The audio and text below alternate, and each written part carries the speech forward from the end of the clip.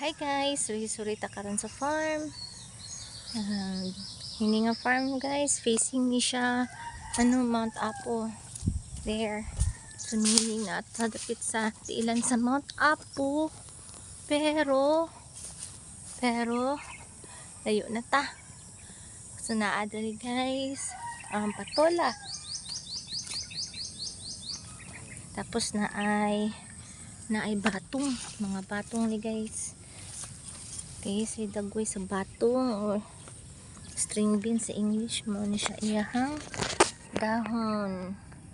Okay, ang style ani guys kay wala pa siya gipa katay-katay sa iyahang or sa stick.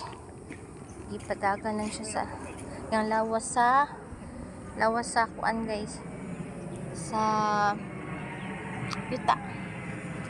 Okay, so yung dapita guys kay adunay makita nato din ani mga pipino guys, pipino. Okay, mga bata pa ni sila. Una adi rin mga bagong punla. Okay, tapos kita punta diri guys mga kuan sa ni siya doon nagbitay nga kalabasa. Diba guys, so pwede po dayon ani ang sa kalabasa guys. Bitay-bitay abin akong sayuta na siya padagan, and then hindot kaayo ang mga baby patolas. Ubay na po sila kadaghan. Mas guys na adiri dapitay uan fish pen. Yan lang ta diri mga isda. Tanaw na tugdagko na ba nga ilang isda diri guys. Uy, yan mga baby pa di kayo guys, may pa kayo, but they are very colorful baby fishes.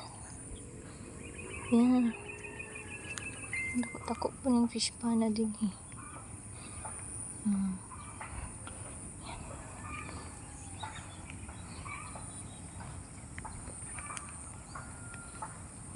style sa mag-uuma. Hindot ni mag-umata kay natay sustainable source of food. Yan mga pineapples yan. Pineapple, mother plant. Street na siya dito guys. Tapos dari na ay limonsito.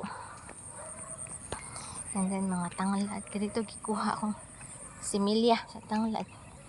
And then limonsito. Another fish pan here on the side. Mga bata pati pa kay dagko ang mga isda. Okay, tapos naapa diri dragon fruit. So maragi pa kayo dugay ni pagtanong sa dragon fruit.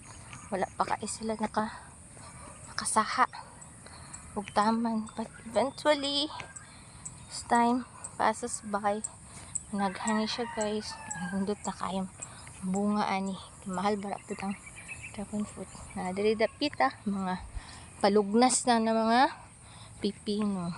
Ug dari akong paborito mga punuan sa lubi ni himuong buko salad.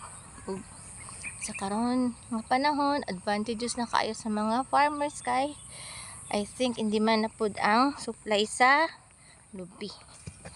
So, sila mag-uul na maka-income sila.